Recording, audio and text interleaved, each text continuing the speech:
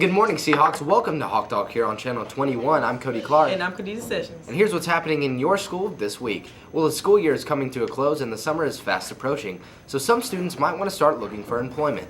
Many businesses around the Grand Strand are looking for employees despite the economic downfall. Here's Kayla Rodriguez and Morgan Engel with more on summer jobs. Students, are you looking for a little extra money over the summer? Well, if so, let's see what other people are doing to get a head start. When I'm hiring students, and that goes for everybody that you're hiring, you're looking for an outgoing personality. Definitely want to look for any experience they have. So experience might not be necessarily another job, could be babysitting. It could be tutoring at school would give them experience working with other people. Although the unemployment rate in Myrtle Beach remains high, there are still summer job opportunities. Places such as PacSun, Delia's, and Hot Topic, which you can find at Coastal Grand Mall, are a few who are always looking for applications. Fast food restaurants are also always looking for applications, and most of those places will hire high school students as young as 14 years of age.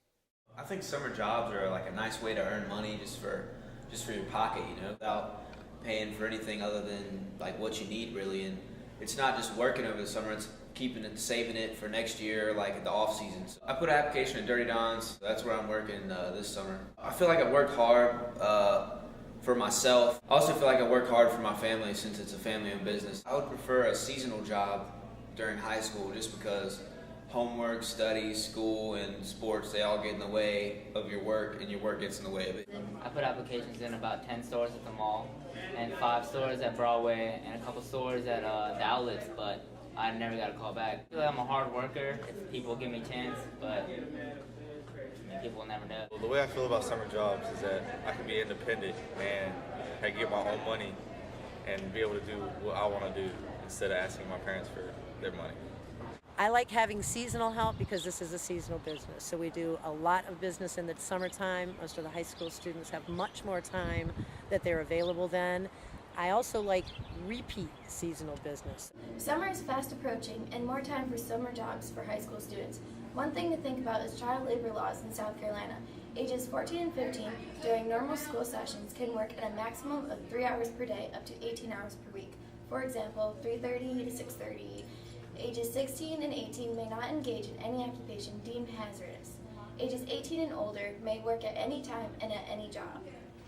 Well, many teenagers have very different lives when they balance their school, athletics, after-school activities, and even jobs. So sometimes it may seem hard to stay healthy when juggling these different hobbies. So here's Ashley Treadway showing us how some of our Seahawks stay healthy. Ever find yourself crammed with a 9-page essay, a project due in 2 days, and an AP test the following day? Or how about soccer practice every afternoon in addition to working at the nearby retail store that has you on the clock until 10 each night? Is that hectic schedule causing you to express unhealthy habits? Well, stop procrastinating and hitting up the drive-thru and get your head in the game. This is your health and overall well-being we're talking about. For students and athletes to maintain a healthy lifestyle during their busy schedule, I feel like there are 3 very important items that they need to take into consideration. Number 1, the amount of rest they're getting, making sure they get 8 hours of sleep a night. 2, to make sure they're eating quality, healthy meals 3 times a day. And 3, plenty of exercise. And that's a little bit more difficult for those of you who are not athletes, but exercise is vitally important for a healthy lifestyle. It's very important, even though you might get busy at work or doing things around the house, to maintain a healthy lifestyle. Some tips that you might want to use are never skip meals. Try to eat the little small meals throughout the day. Make sure you take time to exercise. And it's always better if you can get in a routine. Have a set time to do it every day. Give yourself some days off throughout the week if you need it to rest. One big thing that people really kind of forget to do is drink a lot of water, so make sure you drink water throughout the day to stay hydrated. That's really important. Also, monitoring your diet, that you eat things that are good for you. It's easy when you get busy to try to go get the fast food and things like that, but make sure you take the time to cook or whatever, just to make sure you eat the right foods. Make sure you get plenty of rest. That's also very important. When you're busy, sometimes you go to bed late or have to get up early to do things, but make sure you allow your body enough time to rest. Maintaining a healthy lifestyle is all about making healthy choices, and by maintaining that type of lifestyle, for athletes especially, it will help you with achieving a peak performance, and helping those athletes get the results that they need. But not only that, it will also help set up healthy habits that can last for a lifetime, and the health benefits for that are more than worth it. Here are some steps that will help you maintain a healthy lifestyle. Number 1, manage your time wisely. As teenagers, procrastination is our middle name, but if we equal out the time for work and the time for socializing, then our stress levels will drop and our schedules will open up. Number 2, do not skip meals. Before you go to work or school, take 5 minutes and pack yourself a nutritional meal, maybe a sandwich with an apple. Skipping meals causes your metabolism to decrease and fatigue. Fast food restaurants are not a healthy alternative, so if you do decide to take that route, try ordering a salad and stay away from the fried foods. If all else fails, number 3, multitask. Multitasking allows you to finish 2 or more things at once, which will give you time to go to the gym to keep that healthy figure and maintaining a healthy lifestyle to the best of your ability.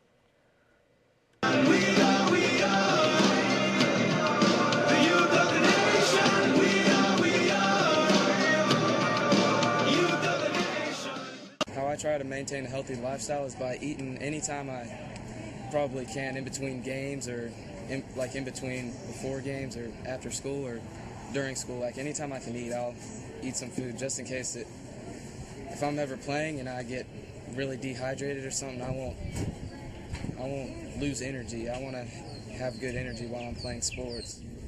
Well, I maintain my healthy lifestyle by not skipping meals, by trying to get a lot of sleep, doing things that make me happy, just having good attitude about things keeps me healthy.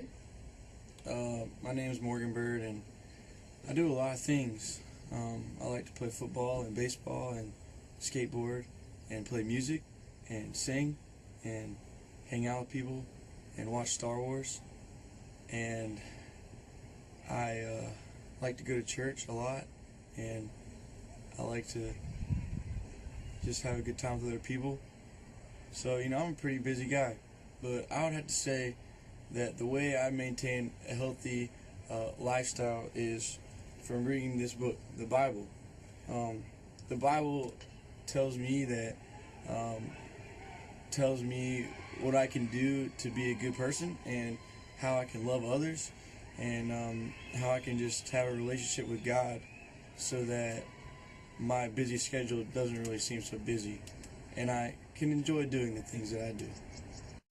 A healthy lifestyle is crucial for a growing teen. We are still developing and need good health in order to live the lives that we want. Keep all the steps in mind and keep the focus, Seahawks. We are the future. Although it's a little late, we still have to show love to our 3A state champ, Blake Hope. Eduardo Garcia has the exclusive. Blake Holt had an outstanding season with 36 wins and only 3 losses. He also was named the Army Strong Wrestler of the Year. He beat Gage Guevara of Eastside in the 135-pound weight class in 2010 South Carolina High School League 3A state tournament. It's like the intensity of it, and it's not a group, it's an individual sport. It's like you versus the other person and no one else can help you out. I just want to go out there and basically destroy the other guy. He's like, think of him in my head as like my sworn enemy. And I go out there and punish him. All I do is win, win, win, no matter what. Got money on my mind, I can never get enough. And every time I would describe it not as a sport, but as a lifestyle, because it pretty much takes over your whole life. Everything you do, you have to make sure you're on the weight. You have to practice all the time. It's just really hard and exciting sport.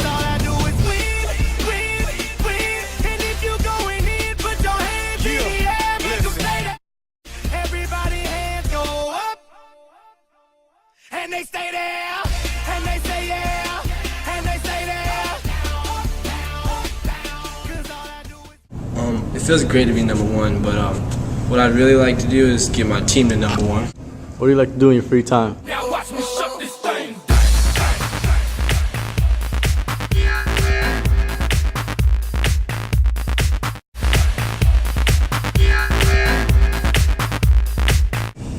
My goals next year, I set them pretty high.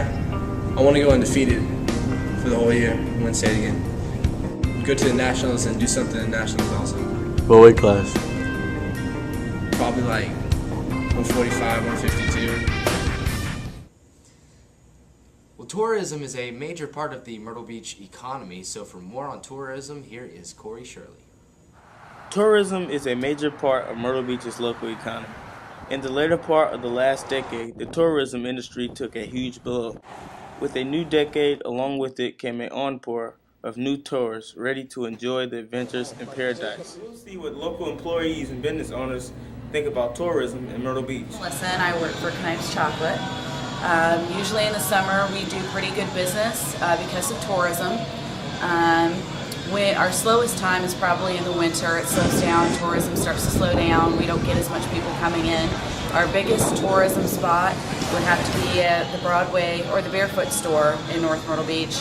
The tourism that comes through there is usually all year round, and they get business pretty frequently all year. There are many folks who would rather just stay home and save their money this year.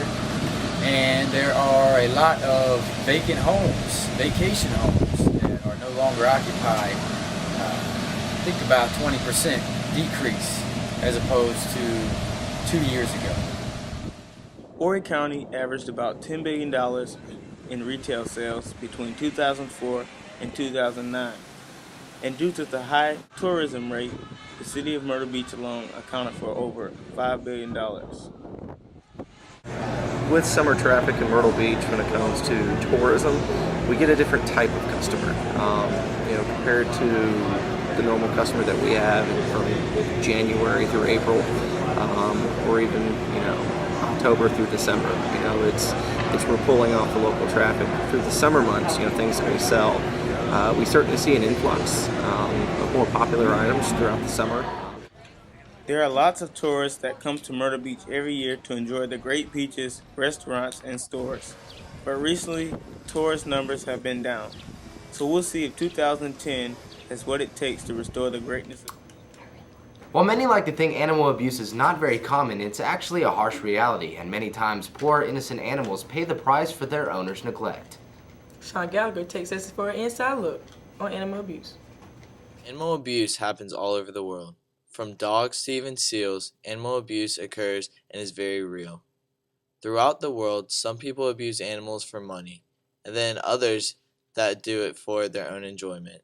Throughout this crime, most people just get a slap on the wrist for hurting these animals that feel pain just as we do. We are the Grand Strand Humane Society. We are located in the city of Myrtle Beach.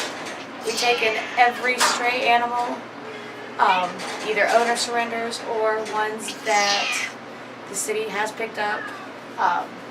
There are no-kill shelter. We save every animal we can.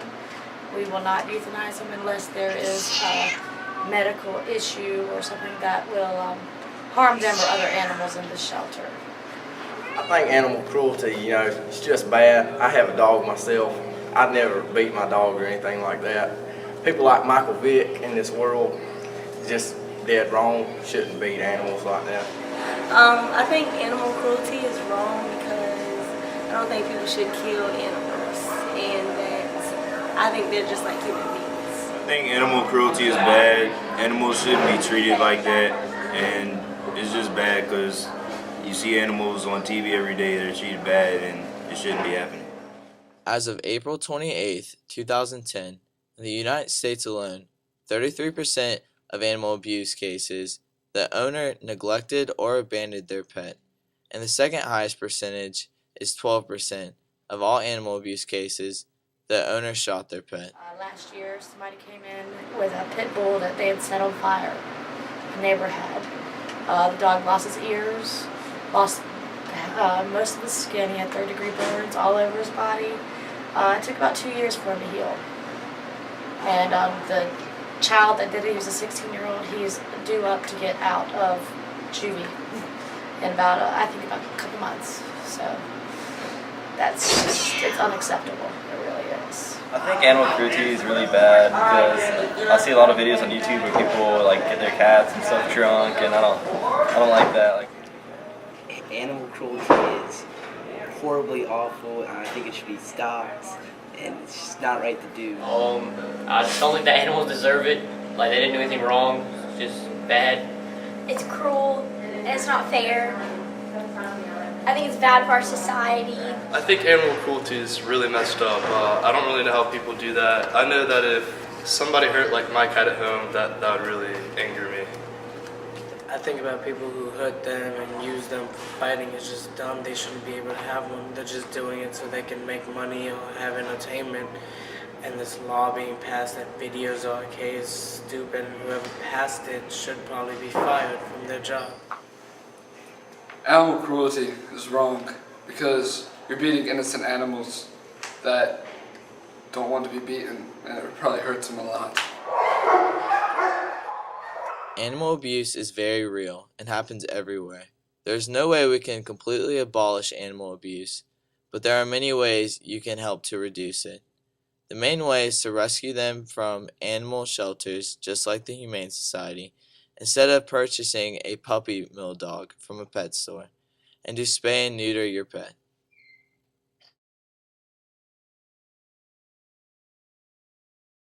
Animals have feelings too.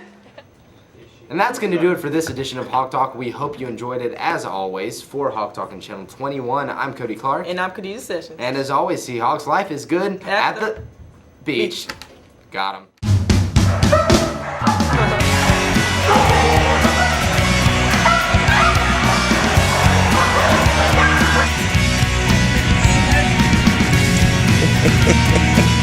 That's it. One, I'm Cody Clark. And I'm Khadijah Sessions. And as always, Seahawks, life is good at the beach. Got him.